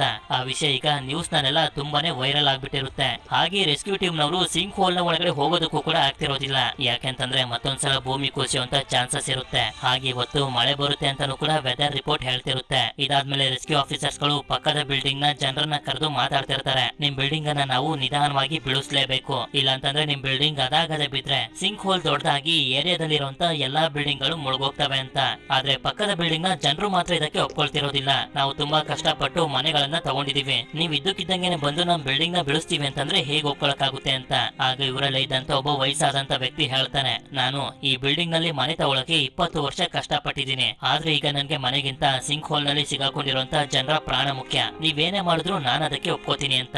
ಇದನ್ನ ಕೇಳಿ ಬಿಲ್ಡಿಂಗ್ ನಲ್ಲಿ ಇದ್ದಂತ ಜನರೆಲ್ಲರೂ ರೆಸ್ಕ್ಯೂ ಟೀಮ್ ನವರಿಗೆ ಅವರ ಬಿಲ್ಡಿಂಗ್ ಅನ್ನ ಬೀಳ್ಸೋದಕ್ಕೆ ಪರ್ಮಿಷನ್ ಕೊಡ್ತಾರೆ. ಇದರಿಂದ ರೆಸ್ಕ್ಯೂ ಟೀಮ್ ನವರು ಪಕ್ಕದಲ್ಲಿರುವಂತಹ ಬಿಲ್ಡಿಂಗ್ ಅನ್ನ ಬೀಳ್ಸೋದಕ್ಕೆ ಶುರು ಮಾಡ್ಕೋತಾರೆ. ಹೀಗೆ ರಾತ್ರಿ ಆಗ್ತಿದ್ದಂಗೆನೆ ಇವರು ಒಂದಷ್ಟು ವಸ್ತುಗಳನ್ನ ಪ್ಯಾರಾಚೂಟ್ ಇಂದ ಸಿಂಕ್ ಹೋಲ್ ನ ಒಳಗಡೆ ಕಳಿಸ್ತಾರೆ. ಈ ಕಡೆ ನಮ್ಗೆ ತೋರಿಸ್ತಾರೆ, ಮನ್ಸುಗೆ ಗೊತ್ತಿರುತ್ತೆ ಸುಂದ್ಕೆ ದುಡ್ಡನ್ನ ಸೇವ್ ಮಾಡ್ತಿದ್ದಾನೆ ಅಂತ. ಏನಕ್ಕೆ ದುಡ್ಡನ್ನ ಸೇವ್ ಮಾಡ್ತಿದ್ಯಾ ಅಂತ ಕೇಳಿದಾಗ ಸುಂದ್ಕೆ ಕೂಡ ಹೇಳ್ತಾನೆ, ನಿಜವಾಗ್ಲೂ ನನಗೂ ಕೂಡ ಗೊತ್ತಿಲ್ಲ ಏನಕ್ಕೆ ದುಡ್ಡನ್ನ ಸೇವ್ ಮಾಡ್ತಿದ್ದೀನಿ ಅಂತ. ಹೀಗೆ ಇವರಿಬ್ರು ಅಪ್ಪ ಮಗ ಮಾತಾಡ್ತಿರ್ಬೇಕಾದ್ರೆ ರೆಸ್ಕ್ಯೂ ಟೀಮ್ ನವರು ಕಳಿಸಿದಂತ ಪ್ಯಾರಾಚೂಟ್ ಬಂದು ಬೀಳುತ್ತೆ. ಅದನ್ನ ನೋಡಿ ಇವರೆಲ್ಲರಿಗೂ ತುಂಬಾನೇ ಸಂತೋಷ ಆಗೋಗುತ್ತೆ. ಅದ್ರೊಳಗಡೆ ಏನಿದೆ ಅಂತ ನೋಡಿದಾಗ ಲೈಟ್ ಗಳು, ಒಂದು ಆಕ್ಸಿಜನ್ ಸಿಲಿಂಡರ್, ಹಾಗೆ ಒಂದು ಸ್ಯಾಟಲೈಟ್ ಫೋನ್ ಅನ್ನ ಕಳ್ಸಿರ್ತಾರೆ. ಇದು ಸ್ಯಾಟಲೈಟ್ ಫೋನ್ ಆಗಿರೋದ್ರಿಂದ ಸಿಗ್ನಲ್ ಫುಲ್ ಸಿಗ್ತಿರುತ್ತೆ. ಮೊದಲು ಕಿಮ್ ಇವನ ಆಫೀಸ್ ಫ್ರೆಂಡ್ ಗೆ ಕಾಲ್ ಮಾಡಿ ಹೇಳ್ತಾನೆ, ನಾವು ಸೇಫ್ ಆಗಿದ್ದೀವಿ, ನೀನೇನು ತಲೆ ಕೆಡ್ಸ್ಕೋಬೇಡ ಅಂತ. ಅದಾದ್ಮೇಲೆ ಪಾರ್ಕ್ ಫೋನ್ ಅನ್ನ ಈಸ್ಕೊತಿದ್ದಂಗೆನೆ ರೆಸ್ಕ್ಯೂ ಟೀಮ್ ನವರು ಕಾಲ್ ಮಾಡ್ತಾರೆ, ಎಲ್ಲರೂ ಸೇಫ್ ಆಗಿದ್ದೀರಾ ಅಂತ ಕೇಳೋದಕ್ಕೆ. ಅದೇ ಸಮಯಕ್ಕೆ ರುಯಿನ್ ಬಂದು ಪಾರ್ಕ್ಗೆ ಹೇಳ್ತಾಳೆ, ನಮ್ಮ ಮಗ ಬಿಲ್ಡಿಂಗ್ ನ ಒಳಗಡೆ ಬಂದಿದ್ದ, ಅವನೀಗ ಬಿಲ್ಡಿಂಗ್ ನಲ್ಲೇ ಇದ್ದಾನೆ, ಪ್ಲೀಸ್ ಅವನನ್ನ ಕಾಪಾಡ್ಕೊಂಡ್ ಕರ್ಕೊಂಡ್ ಬನ್ನಿ ಅಂತ. ಇದರಿಂದ ಇವರೆಲ್ಲರಿಗೂ ತುಂಬಾನೇ ಶಾಕ್ ಆಗೋಗುತ್ತೆ. ಏನ್ ಮಾಡ್ಬೇಕು ಅಂತಾನೂ ಅರ್ಥ ಆಗ್ತಿರೋದಿಲ್ಲ. ರೆಸ್ಕ್ಯೂ ಟೀಮ್ ನವರು ಕೂಡ ಹೇಳ್ತಿರ್ತಾರೆ, ಮಳೆ ಬರೋ ರೀತಿ ಇದೆ, ಮಳೆ ಬರೋದಕ್ಕಿಂತ ಮುಂಚೆ ನಿಮ್ ಮಗನ ಹುಡುಕಿ ಅಂತ. ಈ ಕಡೆ ನಮ್ಗೆ ಪಾರ್ಕಿಂಗ್ ಲಾಟ್ ನಲ್ಲಿರುವಂತ ರುಯಿನ್ ಹಾಗೆ ಪಾರ್ಕ್ ನ ಮಗನ ತೋರಿಸ್ತಾರೆ. ಹಾಗೆ ಇವರೆಲ್ಲರೂ ಕೂಡ ಪಾರ್ಕ್ ನ ಮಗನ ಕಾಪಾಡೋದಕ್ಕೆ ಎಲ್ಲಾ ತಯಾರನ್ನು ಮಾಡ್ಕೊತಿರ್ತಾರೆ. ಪಾರ್ಕ್ ಲಿಫ್ಟ್ ಇರುವಂತ ಜಾಗದಿಂದ ಪಾರ್ಕಿಂಗ್ ಲಾಟ್ ಗೆ ಹೋಗ್ಬೇಕು ಅಂತ ಡಿಸೈಡ್ ಮಾಡಿರ್ತಾನೆ. ಆದ್ರಿಂದ ಇವನಿಗೆ ಒಂದು ಹಗ್ಗನ ಕಟ್ಟಿ ಲಿಫ್ಟ್ ನ ಮೇಲೆ ಕಳಿಸ್ತಾರೆ. ಅದಾದ್ಮೇಲೆ ಇವನು ಲಿಫ್ಟ್ ನ ಮೇಲಿರುವಂತ ಸಣ್ಣ ಡೋರ್ ಅನ್ನ ತೆಗೆದು ಒಳಗಡೆ ಹೋಗ್ತಾನೆ. ನಂತರ ಇವನು ಕೂಡ ಕ್ಲೋಸ್ ಆಗಿರುವಂತ ಲಿಫ್ಟ್ ಡೋರ್ ಅನ್ನ ಓಪನ್ ಮಾಡೋದಕ್ಕೆ ಟ್ರೈ ಮಾಡ್ತಿರ್ತಾನೆ. ಅದೇ ಸಮಯಕ್ಕೆ ಈ ಕಡೆ ನಮ್ಗೆ ಮೇಲೆ ತೋರಿಸ್ತಾರೆ, ರೆಸ್ಕ್ಯೂ ಟೀಮ್ ನವರು ಪಕ್ಕದಲ್ಲಿದ್ದಂತ ಬಿಲ್ಡಿಂಗ್ ಅನ್ನ ನಿಧಾನವಾಗಿ ಬೆಳೆಸೋದಕ್ಕೆ ರೆಡಿ ಮಾಡ್ಕೋತಿದ್ರಲ್ಲ, ಆ ಬಿಲ್ಡಿಂಗ್ ಕುಸಿಯೋದಕ್ಕೆ ಶುರು ಮಾಡಿ ಇದ್ದಕ್ಕಿದ್ದಂಗೆನೆ ಸಿಂಕ್ ಹೋಲ್ ನ ಒಳಗಡೆ ಬಿದ್ದೋಗುತ್ತೆ. ಆದ್ರೆ ಮೊದಲೇ ಇದ್ದಂತ ಬಿಲ್ಡಿಂಗ್ ನ ಮೇಲೆ ಬೀಳೋದಿಲ್ಲ, ಒಂದು ಜಾಗದಲ್ಲಿ ಸ್ಟಕ್ ಆಗ್ಬಿಡುತ್ತೆ. ಇವರೆಲ್ಲರಿಗಂತೂ ಏನ್ ನಡೀತಿದೆ ಅಂತಾನೆ ಅರ್ಥ ಆಗ್ತಿರೋದಿಲ್ಲ, ತುಂಬಾನೇ ಗಾಬರಿ ಆಗ್ಬಿಟ್ಟಿರ್ತಾರೆ. ನಂತರ ಪಾರ್ಕ್ ಲಿಫ್ಟ್ ಇಂದ ಹೊರಗಡೆ ಬರ್ತಿದ್ದಂಗೆನೆ ಆ ಲಿಫ್ಟ್ ನ ಮೇಲೆ ತುಂಬಾ ಕಲ್ಗಳೆಲ್ಲ ಬಿದ್ದೋಗ್ತವೆ. ಈ ಕಡೆ ಪಾರ್ಕ್ ನ ಮಗನ್ಗೆ ಇವನ ತಂದೆ ಕರಿತಿರುವಂತ ಶಬ್ದ ಕೇಳಿಸುತ್ತೆ. ಅದೇ ಸಮಯಕ್ಕೆ ಇವನು ನೋಡ್ತಾನೆ, ಡೆಲಿವರಿ ಲೇಡಿ ಮಗ ಇದ್ನಲ್ಲ ಅವನು ಇಲ್ಲೇ ಇರ್ತಾನೆ. ಆದ್ರಿಂದ ಇವನು ಕೂಡ ಅವನನ್ನ ಫಾಲೋ ಮಾಡ್ಕೊಂಡು ಹೋಗ್ತಿರ್ತಾನೆ. ಹೋಗ್ತಿರ್ತಾನೆ. ಇವರೆಲ್ಲರೂ ತುಂಬಾ ಟೆನ್ಷನ್ ಮಾಡ್ಕೊಂಡಿರ್ತಾರೆ. ಲಿಫ್ಟ್ ನ ಮೇಲೆ ಕಲ್ಗಳೆಲ್ಲ ಬಿದ್ದೋಯ್ತು. ಪಾರ್ಕ್ ಹೋಗಿ ಏನಾಯ್ತು ಏನು ಅಂತ. ಆಗ ನಮ್ಗೆ ಪಾರ್ಕಿಂಗ್ ಲಾಟ್ ನಲ್ಲಿರುವಂತ ಪಾರ್ಕ್ ನ ತೋರಿಸ್ತಾರೆ. ಒಂದು ಕಲ್ಲು ಇವನ ಕಾಲಿನ ಮೇಲೆ ಬಿದ್ದು ಕಾಲು ಇಂಜೂರ್ಡ್ ಆಗೋಗಿರುತ್ತೆ. ಹಾಗೆ ಈ ಜಾಗದಲ್ಲಿ ತುಂಬಾ ಬೇಗ ನೀರೆಲ್ಲ ತುಂಬಿಕೊಳ್ತಿರುತ್ತೆ. ಅದಕ್ಕೆ ಎಷ್ಟಾಗುತ್ತೋ ಅಷ್ಟು ಬೇಗ ನನ್ನ ಮಗನ ಹುಡುಕ್ಬೇಕು ಅಂತ ಪಾರ್ಕ್ ಹುಡ್ಕೋದಕ್ಕೆ ಶುರು ಮಾಡ್ತಾನೆ. ಆದ್ರೆ ಎಷ್ಟೇ ಹುಡ್ಕಿದ್ರು ಕೂಡ ಇವನಿಗೆ ಇವನ ಮಗ ಸಿಗೋದೇ ಇಲ್ಲ. ಆದ್ರೆ ಇವನ್ ಮಗ ಎತ್ಕೊಂಡು ಹೋಗಿದ್ನಲ್ಲ ಟ್ರಾಲಿ, ಅದ್ ಸಿಗುತ್ತೆ. ಅದೇ ಸಮಯಕ್ಕೆ ಇವನಿಗೆ ಇವನ ಮಗ ಕೂಗೋದು ಕೇಳಿಸುತ್ತೆ. ಆದ್ರಿಂದ ಅಲ್ಲೇ ಇದ್ದಂತ ಒಂದು ಪೈಪ್ ಹತ್ರ ಬಂದು ಕಲ್ಲನ್ನ ಎತ್ತಿ ನೋಡಿದ್ರೆ ಅದ್ರೊಳಗಡೆ ಇವನ ಮಗ ಇರ್ತಾನೆ. ನಂತರ ತುಂಬಾ ಕಷ್ಟಪಟ್ಟು ಇವನ ಮಗನ್ನ ಅಲ್ಲಿಂದ ಹೊರಗಡೆ ತೆಗಿತಾನೆ. ಇವರಿಬ್ರು ಒಬ್ಬರನ್ನೊಬ್ರು ನೋಡಿ ಅಳ್ತಿರ್ಬೇಕಾದ್ರೆ ಅದೇ ಸಮಯಕ್ಕೆ ಒಬ್ರು ವಯಸ್ಸಾಗಿರುವಂತ ಲೇಡಿ ಇವರನ್ನ ಕರಿತಿರ್ತಾರೆ. ಸರಿ ಅಂತ ಹೇಳಿ ಇವರು ಕೂಡ ಮೇಲ್ ಬರ್ತಾರೆ. ಆಗ ಲೇಡಿ ಹೇಳ್ತಾರೆ ಅಲ್ಲಿರುವಂತ ಹುಡುಗನ್ಗೆ ಹುಷಾರಿಲ್ಲ ಅಂತ. ಯಾರಿರ್ಬೋದು ಅಂತ ಪಾರ್ಕ್ ಬಂದು ನೋಡ್ದಾಗ್ಲಿ ಇವನಿಗೆ ಗೊತ್ತಾಗೋದು ಇದು ಬೇರೆ ಯಾರು ಅಲ್ಲ, ಡೆಲಿವರಿ ಲೇಡಿ ಇರ್ತಾರಲ್ಲ ಅವರ ಮಗನೇ. ಇಷ್ಟೊತ್ತಿಗೆ ಇವನು ಸತ್ತೋಗಿರ್ತಾನೆ. ಅಂದ್ರೆ ಆಗ್ಲೇ ಆ ಪಾರ್ಕ್ ನ ಮಗನ್ಗೆ ಕಾಣಿಸ್ತಲ್ಲ, ಅದು ಈ ಹುಡುಗನ ಆತ್ಮ ಇರ್ಬೇಕು. ಇವನನ್ನ ಕಾಪಾಡೋದಕ್ಕೆ ಅಂತಾನೆ ಬಂದಿರ್ಬೋದು. ಅಷ್ಟೇ ಅಲ್ಲ, ಈ ವಯಸ್ಸಾದಂತ ಮಹಿಳೆಯ ಮಗ ಕೂಡ ಸತ್ತೋಗಿರ್ತಾನೆ. ಆದ್ರೆ ಇದು ಇವರಿಗೆ ಗೊತ್ತಾಗ್ತಿರೋದಿಲ್ಲ. ಯಾಕೆಂತಂದ್ರೆ ಇವರು ಮೆಂಟಲಿ ಅನ್ಸ್ಟೇಬಲ್ ಆಗಿರ್ತಾರೆ. ಅದೇ ಸಮಯಕ್ಕೆ ಪಾರ್ಕ್ಗೆ ಈ ಜಾಗದಿಂದ ಹೊರಗಡೆ ಹೋಗೋದಕ್ಕೆ ಒಂದು ದಾರಿ ಕಾಣಿಸುತ್ತೆ. ಆದ್ರಿಂದ ಇವರಿಗೆ ಹೇಳ್ತಾನೆ ಬನ್ನಿ ನಮ್ ಜೊತೆ ಇಲ್ಲಿಂದ ಹೊರಟೋಗೋಣ ಅಂತ. ಆದ್ರೆ ಇವ್ರು ಮಾತ್ರ ಇವರ ಮಗನ್ನ ಬಿಟ್ಟು ಬರೋದಕ್ಕೆ ರೆಡಿ ಆಗಿರೋದಿಲ್ಲ. ಆದ್ರಿಂದ ಪಾರ್ಕ್ಗೆ ಒಂದು ಒಳ್ಳೆ ಶೂ ಅನ್ನು ಕೊಟ್ಟು ಇಲ್ಲಿಂದ ಇವರಿಬ್ಬರನ್ನ ಕಳಿಸ್ತಿರ್ತಾರೆ. ಹೋಗೋದಕ್ಕಿಂತ ಮುಂಚೆ ಡೆಲಿವರಿ ಲೇಡಿಯ ಮಗನ ಕೂದಲನ್ನ ಕಟ್ ಮಾಡಿ ಕೊಟ್ಟು ಕಳಿಸ್ತಿರ್ತಾರೆ. ಯಾಕೆಂತಂದ್ರೆ ಬಾಡಿನಂತೂ ಎತ್ಕೊಂಡು ಹೋಗೋದಕ್ಕಾಗೋದಿಲ್ಲ, ಅಟ್ಲೀಸ್ಟ್ ಕೂದ್ಲಾದ್ರೂ ಕೊಡ್ಲಿ ಅಂತ. ಇದರಿಂದ ಇವನು ಕೂಡ ತುಂಬಾ ಬೇಜಾರ್ ಮಾಡಿಕೊಂಡು ಇವನ ಮಗನ್ನ ಕರ್ಕೊಂಡು ಅಲ್ಲಿಂದ ತುಂಬಾ ಕಷ್ಟಪಟ್ಟು ಹೊರಗಡೆ ಬರ್ತಾನೆ. ಹೊರಗಡೆ ಬಂದು ನೋಡಿದ್ರೆ ಇಲ್ಲಿಂದ ಮೇಲೆ ಹೋಗೋದಕ್ಕೆ ಯಾವುದೇ ತರದ ದಾರಿ ಇರೋದಿಲ್ಲ. ಆದ್ರಿಂದ ಅಲ್ಲೇ ಇದ್ದಂತ ಒಂದು ಪೈಪ್ ಅನ್ನ ಇಟ್ಕೊಂಡು ಇವನ ಮಗನ್ನು ಕೂಡ ಕರ್ಕೊಂಡು ಹೋಗ್ತಿರ್ತಾನೆ. ಆದ್ರೆ ಪೈಪ್ ಮುಗಿತಿದ್ದಂಗೆನೆ ಅಲ್ಲೇ ಪಕ್ಕದಲ್ಲಿದ್ದಂತ ಗೋಡೆಯ ಸಹಾಯದಿಂದ ತುಂಬಾ ಹುಷಾರಾಗಿ ನಿಧಾನವಾಗಿ ಹೋಗ್ತಿರ್ತಾನೆ. ಆಕ್ಚುಲಿ ಹೇಳ್ಬೇಕು ಅಂತಂದ್ರೆ ಮನ್ಸು, ಕಿಮ್, ಜೂನ್ ಹಾಗೆ ಸುಂಕ್ತೆ ನೆಕ್ಸ್ಟ್ ಫ್ಲೋರ್ ನಲ್ಲಿ ಇರ್ತಾರೆ. ಹೇಗಾದ್ರೂ ಮಾಡಿ ಇವನು ಇವನ ಮಗನ ಕರ್ಕೊಂಡು ನೆಕ್ಸ್ಟ್ ಫ್ಲೋರ್ ಗೆ ಹೋಗ್ಲೇಬೇಕು. ಅದಕ್ಕೆ ಇವನು ನೆಕ್ಸ್ಟ್ ಫ್ಲೋರ್ ಹತ್ರ ಬರ್ತಿದ್ದಂಗೆನೆ ಅವರೆಲ್ಲರನ್ನು ಕರೆಯೋದಕ್ಕೆ ಶುರು ಮಾಡ್ತಾನೆ. ಅದು ಇವ್ರಿಗೂ ಕೂಡ ಕೇಳಿಸಿ ಪಾರ್ಕ್ ಎಲ್ಲಿರ್ಬೋದು ಅಂತ ಹುಡ್ಕಾಡ್ತಿರ್ತಾರೆ. ನಂತರ ಪಾರ್ಕ್ ಅವನ ಮಗನ ಕರ್ಕೊಂಡು ನೆಕ್ಸ್ಟ್ ಫ್ಲೋರ್ ಹತ್ರ ಬರ್ತಿದ್ದಂಗೆನೆ ಇವರೆಲ್ಲರೂ ಬಂದು ಮಣ್ಣನ್ನ ತೆಗೆದು ಇಬ್ರು ಮೇಲಕ್ಕೆ ಕೇಳ್ಕೊಂಡು ಇವರಿಬ್ಬರ ಪ್ರಾಣನ ಕಾಪಾಡ್ತಾರೆ. ಇದರಿಂದ ಇವರೆಲ್ಲರಿಗೂ ಹೋದ ಜೀವ ಮತ್ತೆ ಬಂದಂಗಾಗುತ್ತೆ. ಆದ್ರೆ ಇವ್ರ ಹತ್ರ ಖುಷಿ ಪಡೋಷ್ಟು ಟೈಮ್ ಇರೋದಿಲ್ಲ. ಯಾಕೆಂತಂದ್ರೆ ಈ ಜಾಗದಲ್ಲೆಲ್ಲ ನೀರ್ ತುಂಬಿಕೊಳ್ತಿರುತ್ತೆ. ಅದಕ್ಕೆ ಇವರೆಲ್ಲರೂ ಟೆರೆಸ್ ನ ಮೇಲೆ ಬಂದು ನೋಡಿದ್ರೆ ಇವರ ಬಿಲ್ಡಿಂಗ್ ನ ಮೇಲೆ ಮತ್ತೊಂದು ಬಿಲ್ಡಿಂಗ್ ಸ್ಟಕ್ ಆಗಿ ನಿಂತಿರುತ್ತೆ. ಇದನ್ನ ನೋಡಿ ಇವ್ರಿಗಂತೂ ಕೈ ಕಾಲೇ ಆಡ್ತಿರೋದಿಲ್ಲ, ಇದು ಯಾವಾಗ ನಮ್ಮ ಮೇಲೆ ಬಿದ್ದ್ಬಿಡುತ್ತೋ ಏನೋ ಅಂತ. ಹಾಗೆ ಜಾಗದಲ್ಲೆಲ್ಲ ನೀರ್ ತುಂಬೋದಕ್ಕೆ ಶುರು ಆಗ್ಬಿಟ್ಟಿರುತ್ತೆ. ಆದ್ರಿಂದ ಇವರೆಲ್ಲರೂ ನೀರಿನಲ್ಲಿ ತೇಲುವಂತ ವಸ್ತುಗಳನ್ನೆಲ್ಲ ಒಂದು ಕಡೆ ಸೇರಿಸ್ತಿರ್ತಾರೆ. ಯಾಕೆಂತಂದ್ರೆ ನೀರು ತುಂಬಿದಂಗೆನೆ ವಸ್ತುಗಳನ್ನ ಹಿಡ್ಕೊಂಡು ಮೇಲ್ ಹೋಗ್ಬೋದು ಅಂತ. ಹೀಗೆ ಇವರೆಲ್ಲರೂ ಬಾಟಲ್ ತರದ ವಸ್ತುಗಳನ್ನ ಹುಡ್ಕಾಡ್ತಿರ್ಬೇಕಾದ್ರೆ ಅದೇ ಸಮಯಕ್ಕೆ ಒಂದು ದೊಡ್ಡ ವಾಟರ್ ಟ್ಯಾಂಕ್ ಅಲ್ಲಿಗೆ ಬರುತ್ತೆ. ನೋಡಿದ್ರೆ ಅದನ್ನ ತಂದಿರೋದು ಮನ್ಸು. ಹಾಗೆ ಇವರಿಗೆ ವಾಟರ್ ಟ್ಯಾಂಕ್ ನ ಕ್ಯಾಪ್ ಕೂಡ ಸಿಕ್ಬಿಡುತ್ತೆ. ಇದರಿಂದ ಇವರೆಲ್ಲರೂ ಒಬ್ಬೊಬ್ಬರೇ ಇದ್ರೊಳಗಡೆ ಹೋಗೋದಕ್ಕೆ ಶುರು ಮಾಡ್ತಾರೆ. ಆಗ ಮನ್ಸು ಅವನ ಮಗನ್ನ ತುಂಬಾ ಎಮೋಷನಲ್ ಆಗಿ ತಪ್ಕೋತಾನೆ. ಇದಾದ್ಮೇಲೆ ಸರಿ ಅಂತ ಹೇಳಿ ಎಲ್ಲಾರ್ನು ಇವನು ಒಳಗಡೆ ಕಳಿಸ್ತಾನೆ. ನೀವು ಬನ್ನಿ ಅಂತ ಎಲ್ರು ಕರೀತಾರೆ. ಆದ್ರೆ ಇವನು ಮಾತ್ರ ಒಳಗಡೆ ಹೋಗೋದಿಲ್ಲ. ಯಾಕೆಂತಂದ್ರೆ ಯಾರಾದ್ರೂ ಹೊರಗಡೆ ಇದ್ದು ವಾಟರ್ ಟ್ಯಾಂಕ್ ನ ಕ್ಯಾಪ್ ಅನ್ನ ಹಾಕ್ಬೇಕಲ್ಲ. ಆದ್ರಿಂದ ಮನ್ಸುನೆ ಹೊರಗಡೆ ಇದ್ದು ಈ ಕ್ಯಾಪ್ ಅನ್ನ ಹಾಕ್ಬೇಕು ಅಂತ ಡಿಸೈಡ್ ಮಾಡಿರ್ತಾನೆ. ಎಲ್ರು ಎಷ್ಟೇ ಬೇಡ ಅಂತಿದ್ರು ಕೂಡ ಇವನು ಅವರ ಮಾತನ್ನ ಕೇಳೋದಿಲ್ಲ, ಕ್ಯಾಪ್ ಅನ್ನ ಹಾಕ್ಬಿಡ್ತಾನೆ. ಅದೇ ಸಮಯಕ್ಕೆ ಎಲ್ಲಾ ಕಡೆಯಿಂದನೂ ನೀರ್ ಬರೋದಕ್ಕೆ ಶುರುವಾಗುತ್ತೆ. ಇದರಿಂದ ನೀರಿನಲ್ಲಿ ಮನ್ಸು ಕೂಡ ಮುಳುಗೋಗ್ತಿರ್ತಾನೆ. ಎಲ್ಲರೂ ಟ್ಯಾಂಕ್ ನ ಒಳಗಡೆ ಸೇಫ್ ಆಗಿರ್ತಾರೆ. ಆದ್ರೆ ಈ ಕಡೆ ಮನ್ಸು ನೀರಿನ ಒಳಗಡೆ ಮುಳುಗೋಗ್ತಾನೆ. ಅದೇ ಸಮಯಕ್ಕೆ ಮೇಲ್ಗಡೆ ಸ್ಟಕ್ ಆಗಿತ್ತಲ್ಲ ಬಿಲ್ಡಿಂಗ್, ಅದು ಟ್ಯಾಂಕರ್ ನ ಮೇಲೆ ಬಿದ್ದೋಗುತ್ತೆ. ಇನ್ನೇನು ಅದು ಬಿಲ್ಡಿಂಗ್ ನ ಕೆಳಗಡೆ ಸ್ಮ್ಯಾಶ್ ಆಗ್ಬೇಕು ಅಂತ ಅನ್ಕೊಳ್ಳೋಷ್ಟ್ರಲ್ಲಿ ಟ್ಯಾಂಕರ್ ಅಲ್ಲಿಂದ ಹೊರಗಡೆ ಬಂದು ಮೇಲಕ್ಕೆ ಹೋಗ್ತಿರುತ್ತೆ. ಆದ್ರೆ ಮೇಲೆ ಬರ್ತಿದ್ದಂಗೆ ಇದು ಒಂದಷ್ಟು ವೈರ್ಸ್ ಗಳಿಗೆ ಸಿಗಾಕೋಬಿಡುತ್ತೆ. ಅದು ಇವ್ರಿಗೂ ಕೂಡ ಗೊತ್ತಾಗಿ ಒಳಗಡೆಯಿಂದಾನೆ ಟ್ಯಾಂಕರ್ ನ ಪುಷ್ ಮಾಡೋದಕ್ಕೆ ಹಾಗೆ ಜಂಪ್ ಮಾಡೋದಕ್ಕೆ ಶುರು ಮಾಡ್ತಾರೆ. ಇದರಿಂದ ಕೊನೆಗೂ ಟ್ಯಾಂಕರ್ ವೈರ್ ಗಳಿಂದ ಫ್ರೀ ಆಗುತ್ತೆ. ಆದ್ರೆ ಇದು ಸ್ಪೀಡ್ ಆಗಿ ಹೋಗ್ತಿರ್ಬೇಕಾದ್ರೆ ಒಂದು ರಾಡ್ ಗೆ ಬಂದು ಚುಚ್ಕೋಬಿಡುತ್ತೆ. ಇದರಿಂದ ನೀರು ಕೂಡ ಒಳಗಡೆ ತುಂಬೋದಕ್ಕೆ ಶುರು ಆಗ್ಬಿಟ್ಟಿರುತ್ತೆ. ಆದ್ರಿಂದ ಇವರೆಲ್ಲರೂ ಸೇರಿ ಆ ರಾಡ್ ಅನ್ನ ಹೊರಗಡೆ ತಳ್ಳೋದಕ್ಕೆ ತುಂಬಾನೇ ಪ್ರಯತ್ನ ಪಡ್ತಿರ್ತಾರೆ. ಅದೇ ಸಮಯಕ್ಕೆ ಹೊರಗಡೆಯಿಂದ ಯಾರೋ ಟ್ಯಾಂಕರ್ ನ ತಳ್ಳೋದಕ್ಕೆ ನೋಡ್ತಿರ್ತಾರೆ. ಆಗ್ಲೇ ನಮ್ಗೆ ಗೊತ್ತಾಗೋದು ಇದು ಬೇರೆ ಯಾರು ಅಲ್ಲ ಮನ್ಸೂನೆ ಅಂತ. ಆಗ್ಲೇ ರೆಸ್ಕ್ಯೂ ಟೀಮ್ ನವರು ಕಳಿಸಿದ್ರಲ್ಲ ಒಂದು ಸಣ್ಣ ಆಕ್ಸಿಜನ್ ಸಿಲಿಂಡರ್ ನ, ಅದರಿಂದ ಇವನು ಸರ್ವೈವ್ ಆಗಿರ್ತಾನೆ. ಎರಡು ಸೈಡ್ ಇಂದ ತಳ್ಳಿದ್ರಿಂದ ಟ್ಯಾಂಕರ್ ಫ್ರೀ ಆಗಿ ಮೇಲೆ ಹೋಗ್ತಿರ್ಬೇಕಾದ್ರೆ ಮನ್ಸು ಕೂಡ ಟ್ಯಾಂಕರ್ ನ ಹಿಡ್ಕೊಳ್ಳೋದಕ್ಕೆ ಅಂತ ನೋಡ್ತಾನೆ. ಆದ್ರೆ ಎಷ್ಟೇ ಕಷ್ಟಪಟ್ಟರು ಇವನ್ ಕೈಲಿ ಆಗೋದಿಲ್ಲ, ಕೆಳಗಡೆ ಮುಳುಗೋಗ್ತಿರ್ತಾನೆ. ಅಷ್ಟೇ ಇವನ್ ಕತೆ ಇನ್ನೇನು ಮುಗೀತು ಅಂತ ನಾವ್ ಅನ್ಕೊಳ್ತಿರ್ಬೇಕಾದ್ರೆ ಆಗ ಟ್ಯಾಂಕರ್ ಗೆ ಸಿಗಾಕೊಂಡಿದ್ದಂತ ಒಂದು ವೈರ್ ಇವನ ಕಾಲಿಗೆ ಸಿಗಾಕೊಳ್ಳುತ್ತೆ. ಇದರಿಂದ ಟ್ಯಾಂಕರ್ ತುಂಬಾ ಸ್ಪೀಡ್ ಆಗಿ ಮೇಲಕ್ಕೆ ಹೋಗ್ತಿರುತ್ತೆ. ಅದ್ರ ಜೊತೆ ಇವನು ಕೂಡ ಮೇಲೆ ಹೋಗ್ತಿರ್ತಾನೆ. ಇದು ಮೇಲಕ್ಕೇನೋ ಬಂದು ತಲುಪುತ್ತೆ. ಆದ್ರೆ ಟ್ಯಾಂಕರ್ ಲೀಕ್ ಆಗೋದಕ್ಕೆ ಶುರು ಆಗಿ ಒಳಗಡೆ ಎಲ್ಲ ನೀರು ತುಂಬಿರುತ್ತೆ. ಇದರಿಂದ ಇವರೆಲ್ಲರಿಗೂ ಅನ್ಸೋದಕ್ಕೆ ಶುರು ಆಗುತ್ತೆ ಅಷ್ಟೇ ನಮ್ ಕತೆ ಮುಗೀತು, ನಾವ್ ಇಲ್ಲೇ ಸತ್ತೋಗ್ತೀವಿ ಅಂತ. ಅದೇ ಸಮಯಕ್ಕೆ ಮನ್ಸು ಕೂಡ ಟ್ಯಾಂಕರ್ ನ ಮೇಲೆ ಬರ್ತಾನೆ. ಈ ಕಡೆ ರೆಸ್ಕ್ಯೂ ಟೀಮ್ ನವ್ರಿಗೂ ಕೂಡ ಅವರು ಮೇಲ್ ಬಂದಿರೋದು ಗೊತ್ತಾಗುತ್ತೆ. ಆದ್ರಿಂದ ಇವರೆಲ್ಲರೂ ಇವರ ಕೆಲಸ ಮಾಡೋದಕ್ಕೆ ಶುರು ಮಾಡ್ತಾರೆ. ಈ ಕಡೆ ಮನ್ಸು ಆ ಟ್ಯಾಂಕರ್ ಕ್ಯಾಪ್ ಅನ್ನ ತೆಗಿತಾನೆ. ಎಲ್ರ ಜೊತೆ ಸುಂಕೆ ಕೂಡ ಮನ್ಸು ಬದುಕಿರೋದನ್ನ ನೋಡಿ ತುಂಬಾನೇ ಸಂತೋಷ ಪಡ್ತಾನೆ. ನಂತರ ನಂತರ ಕೊನೆಗೂ ರೆಸ್ಕ್ಯೂ ಟೀಮ್ ನವರು ಇವರೆಲ್ಲರನ್ನು ಸಿಂಕ್ ಹೋಲ್ ಇಂದ ಹೊರಗಡೆ ತೆಗಿತಾರೆ. ರೋಹಿನ್ ಅವಳ ಮಗನ ನೋಡಿ ತುಂಬಾನೇ ಸಂತೋಷ ಪಡ್ತಿರ್ಬೇಕಾದ್ರೆ ಅದೇ ಸಮಯಕ್ಕೆ ಪಾರ್ಕ್ ಕೂಡ ಬರ್ತಾನೆ. ಈ ಕಡೆ ಮನ್ಸು ಹಾಗೆ ಅವನ ಮಗನು ಕೂಡ ತುಂಬಾನೇ ಸಂತೋಷವಾಗಿರ್ತಾರೆ. ಇದೆಲ್ಲ ಆದ್ಮೇಲೆ ಪಾರ್ಕ್ ವಯಸ್ಸಾದಂತ ಮಹಿಳೆ ಕೊಟ್ಟಿದ್ರಲ್ಲ ಡೆಲಿವರಿ ಲೇಡಿ ಮಗನ ಕೂದಲನ್ನ ಅದನ್ನ ಇವರಿಗೆ ಕೊಡ್ತಾನೆ. ಇದರಿಂದ ಈ ಲೇಡಿ ತುಂಬಾನೇ ಅಳ್ತಾರೆ. ಇಲ್ಲಿಗೆ ಸೀನ್ ಕಟ್ ಆಗಿ ಸ್ವಲ್ಪ ದಿನದ ಮುಂದಕ್ಕೆ ಶಿಫ್ಟ್ ಆದಾಗ ನಮ್ಗೆ ತೋರಿಸ್ತಾರೆ ಮನ್ಸು, ಕಿಮ್ ಹಾಗೆ ರೋಹಿನ್ ಎಲ್ಲಿಗೂ ಹೋಗ್ತಿರ್ತಾರೆ. ಆಗ್ಲೇ ನಮ್ಗೆ ಗೊತ್ತಾಗೋದು ಇವರೆಲ್ಲರೂ ಕಿಮ್ ಹಾಗೆ ಜೂನ್ ನ ಮೀಟ್ ಮಾಡೋದಕ್ಕೆ ಬಂದಿದ್ದಾರೆ ಅಂತ. ಹೌದು, ಕಿಮ್ ಹಾಗೆ ಜೂನ್ ಇಬ್ರು ಕೂಡ ಮದ್ವೆ ಆಗಿರ್ತಾರೆ. ಹಾಗೆ ಇವರೆಲ್ಲರೂ ಡಿನ್ನರ್ ಅನ್ನ ಮಾಡ್ತಾ ಅಲ್ಲೇ ನಡೀತಿರುವಂತ ಇರ್ತಾರೆ. ಇಲ್ಲಿಗೆ ಈ ಮೂವಿ ಎಂಡ್ ಆಗುತ್ತೆ.